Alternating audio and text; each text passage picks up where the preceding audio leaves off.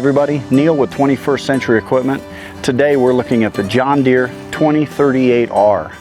Sometimes you'll hear us refer to this as one of our large frame 2R tractors. In these large frame 2R tractors, we have the 2038R that I'm standing with right now, as well as our 2032R.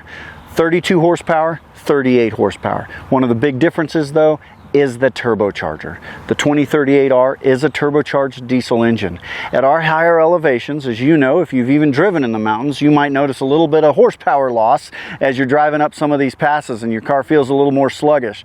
Well, the same thing happens in tractors. The turbocharger compensates for that. It puts more air into the engine that lets it make more horsepower, or in the case of the mountains, it lets it make all of its horsepower. Even though the air is thinned out quite a bit up there, you get all the performance, all the horsepower at those higher elevations that you won't see with a normally aspirated engine. The John Deere 220R loader that's on these large frame 2R tractors picks up 1,120 pounds measured down there at the pivot. This 220R is one of the quick park loaders, so again, easy to take on and off, and we'll show you that in another video. Because of this being an R model, we've got some neat features. Of course, extra lighting, LED lighting in the case of this 2038R. With the heavy-duty hydrostat on these units, we get steering brakes instead of a single brake pedal. Now we've got the choice of braking left or right. Even with these heavy-duty steering brakes, we do have a 2-range hydrostat transmission with a high and a low. Parking brake, differential lock, and 4-wheel drive engagement, all the controls that fall readily to hand here on the left side. We've got this great console that has a place to put gloves, tools, small tools, things like that. This unit has a step to make it easier to climb in and out of the operator's station. So as we go ahead and climb up into this machine, of course, I've got a grab handle here on my right, steering wheel on my left, and this step, again, just to make it a little easier to get up into there. So 3 points of contact, and all the way up I go. Climb into this very comfortable padded sewn seat. Put my seatbelt on because I'm going to be operating the tractor. As we look around, of course, the tilt steering wheel, that's a great feature. Lets me set the steering so that it fits just how I want it to. As well, the armrests are adjustable for height, so I can set those to be very comfortable. One nice thing, of course, is like all John Deere equipment, we do our best to make sure the loader controls fall readily to hand. And this one, of course, sits right here, easy to access. I can be operating the loader with this hand steering, and just easy to make that transition back and forth. On these large frame 2R tractors, I can actually change the LCD screen up here on the controls. So I can have it set that it's showing me vehicle speed, showing PTO hours. I can even look and see if the DPF, how much soot is on the DPF, as well as how many engine hours are on this unit. So one of the questions that comes up oftentimes is about the DPF and regen. That's part of the federally mandated emissions systems on these compact tractors. And so John Deere has made it as easy as possible to be able to either cancel a regen with the cancel button, or if it becomes necessary, in order to do a regen. And all the regen is the machine is going to raise the engine RPM and get the DPF hot so that it burns that extra soot out of that DPF. That's part of what makes these tractors run so clean and makes them so easy to be around. And of course, clean air is something that we can all appreciate. This button on the console is to cancel a regen. I want to be careful with this one though, folks, because the temptation will be to just always cancel them. If you do that though, eventually you're going to have to do a parked regen. There are specific instructions in your owner's and operator's manual, so make sure you check those out if the system forces you to do a parked regen. The best thing you can do though, John Deere makes it so you can keep operating even though your tractor is performing a regen. So don't use that button and just keep working, let the engine regen, and you'll be good to go. This yellow lever here, it is controlling the power takeoff, or the PTO, on this tractor. If I have it in the back position, I'm activating the mid PTO. This would be used if I was running a snowblower on the front, or a mower deck, or even a broom. Those would all run off the mid PTO. This middle position activates both the mid PTO and the rear PTO. And then this front position activates just the rear PTO or power takeoff. Next, I've got my range selector for the hydrostat. That's this large orange lever here.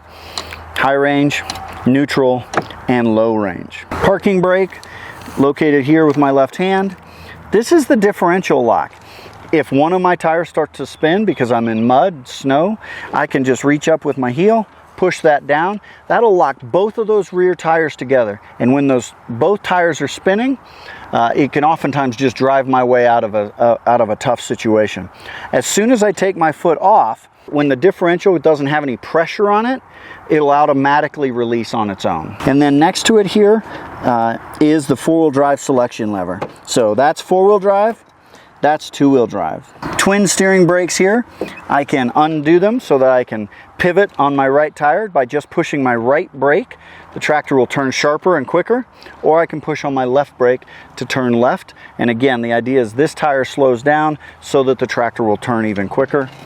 Most of the time, you're going to want to leave those locked together, so no matter what happens, you're putting the brakes on both rear tires. As we come over here on the right side of the console, I've got my throttle lever here, and as well, this switch activates my RPM match with the hydrostatic transmission. If I put my foot on one of these pedals and start to move the tractor forward, the engine will automatically raise the RPM to match what the hydrostat needs to move the tractor. But let's talk about the twin touch pedals. This is an E-hydro transmission.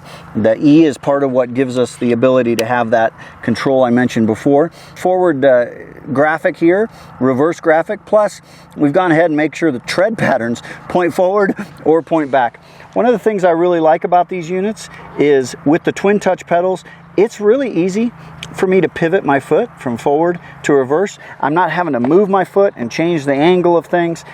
Twin touch pedals are really easy and really comfortable to use. Moving up here to the console, as I mentioned before, my hand kind of falls naturally to this loader control. The controls are that this direction, forward and back, controls the loader arms, and right and left control the bucket. The good news is they give us a little cheat sheet here if you ever forget. Let me show you a great feature on these units is as I go forward, as if I were lowering this loader, I push just a little bit further. You probably saw that motion, that click. This now puts this loader in float position. As I'm back dragging on my property, I've got the bucket curled so almost like a grater blade. I can back up and this loader will just float across the terrain. So a great way to do kind of that fine grading. But then I just pull it back and now it's ready to operate like normal. As I go out of course will make the bucket dump, move this lever in towards myself, and the bucket curls back. So back to me, dumping. All right, and that's how the loader controls work. This lever here controls the 3-point arms on the back of the machine. One of the features is, of course, we've got this slide here so that I can set the height that I want this unit to, this 3-point to come back to time and time again. So I just flip that down, lock it. As I bring the 3-point arms forward, it naturally stops at that position. I can raise them up. I can pull this lever back, and that, of course, raises the 3-point arms, and time again, it'll go back to that same spot. As I'm sitting here, you notice that I've got this ROPS bar over my head here. First off, there to protect you. I can fold it down if I need to be, let's say if I'm mowing or working in a lower area, like a lower roofed barn. I can also put a canopy up here. Check with your 21st Century Equipment parts department, and we've got those canopies and sunshades that bolt right onto this ROPS and provide you a little space of shade as you're out doing the work you're doing. The John Deere 2038 is a great option for you here in Colorado with its 38 horsepower turbocharged engine. But if you're not sure which model is right for you, come into your local 21st Century Equipment. One of our sales teams is happy to answer your questions and figure out what the right machine is for the work you do every day.